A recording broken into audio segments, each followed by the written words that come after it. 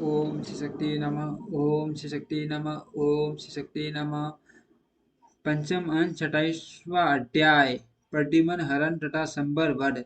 श्री मैत्रेय जी बोले, हे मुने, वीरवर प्रद्युम्न को संबासुर ने कैसे हरण किया और फिर उस महाबली संबर को प्रद्युम्न ने कैसे मारा, जिसको जिसको पहले उसने हरण किया था उसी ने पीछे उसे किस प्रकार मार डाला। हे गुरु, मैं ये संपूर्ण प्रसंग विस्तार पूर्वक सुनना चाहता हूँ।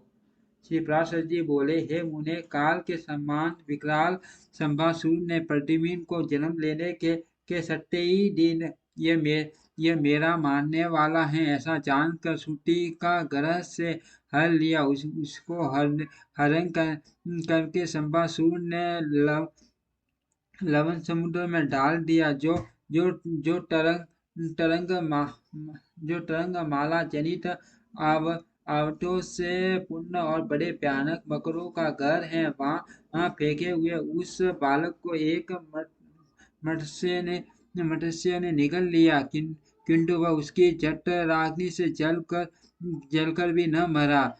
का, कालांतर में कुछ मछेरों ने उसे अन्य मछलियों के साथ अपने जाल में फंसाया और असुर श्रेष्ठ संबर को निवेदन किया। उसकी नाग पट उसकी नाम मात्र की पत्नी मायावती संपूर्ण अंतपुर की स्वामिनी थी और वह सुलक्षणा संपूर्ण सूडो रसोइयों का आधिपत्य करती थी। उस मछली का पेट सीते ही उसमें एक अति सुंदर बालक दिखाई दिया, जो दग्ध हुए काम वृक्ष का पटक अंकुर था। तब यह कौन है और किस प्रकार इस मछली के पेट में डाला गया। इस प्रकार अत्यंत आश्चर्यचकित हुई उस सुंदरी से देव ऋषि नारद ने आकर कहा, हे सुंदर प्रकृति वाली, ये संपूर्ण जगत के स्थित और संहार करता भगवान विष्णु का पुत्र है।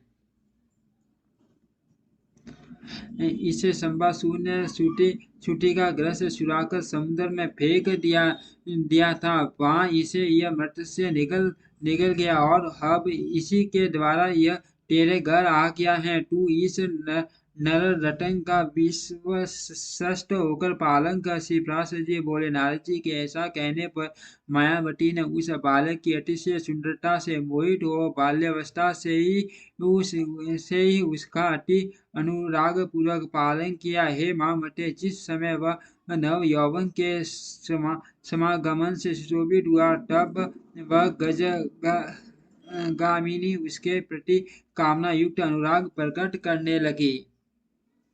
हे माँ मुने, जो अपना हत्या और नेत्र से प्रद्युम्न में अर्पित कर चुकी थी, उस मायावती ने अनुराग से अंधी होकर उसे सब प्रकार की माया सिखा दी। इस प्रकार अपने ऊपर आसक्त हुई उस कमल लोचना से श्री कृष्ण चंदन प्रद्युम्न ने कहा, आज तुम मातृभाव को छोड़कर यह अन्य प्रकार का भाव क्यों प्रकट करती हो। तब मायावती ने कहा, तुम मेरे पुत्र नहीं हो, तुम भगवान विष्णु के तन्ने हो।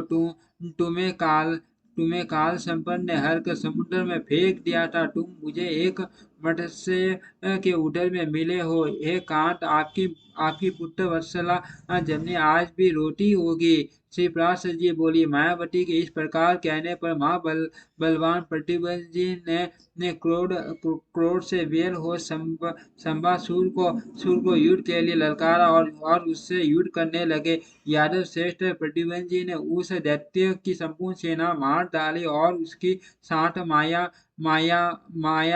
को जीत कर स्वयं आठवीं माया का प्रयोग किया। उस माया से उन्होंने दैत्यराज काल चंबर को मार डाला और मायावती के साथ विमान द्वारा उठकर आकाश मार्ग से अपने पिता के नगर में आ गए।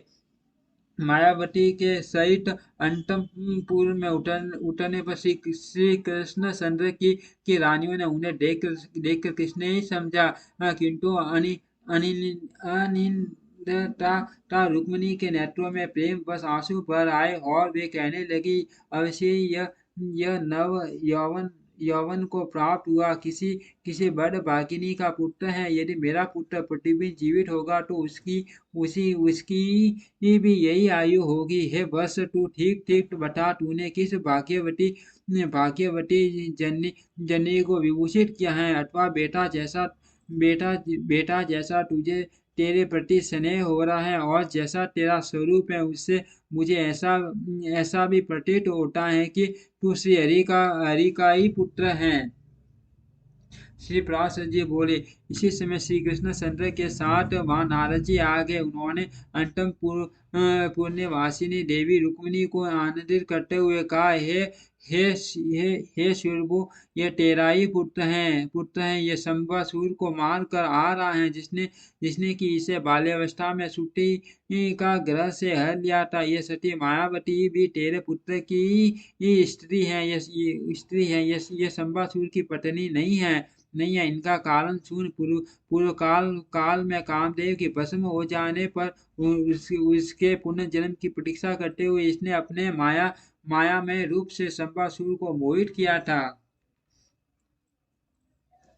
यह मत विलोचना उस दैत्य को व्यारादि उपभोगों के समय अपने अति सुंदर माया में रूप दिखलाती रहती थी। कामदेव ने ही तेरे पुत्र रूप से जन्म लिया है और यही सुंदर उसकी प्रिया रति है। हे शोभने, यह तेरी पुत्र वधु है, इसमें तू किसी प्रकार की विपरीत शंका न कर। यह सुनकर रुक्मिणी और श्री कृष्ण चंद्र को अतिशय आनंद हुआ तथा समस्त द्वारका पूरी भी साधु साधु कहने लगी। उस समय चिरकाल से खोए हुए पुत्र के साथ रुक्मिणी का समागम हुआ देख द्वारकापुरी के सभी नागरिकों को बड़ा आश्चर्य हुआ। इति श्री विष्णु पुराणे पंचम हंस सप्तविंशो अध्यायम। ओम श्री शक्ति नमः। ओम श्री शक्ति नमः। ओम श्री शक्ति नमः।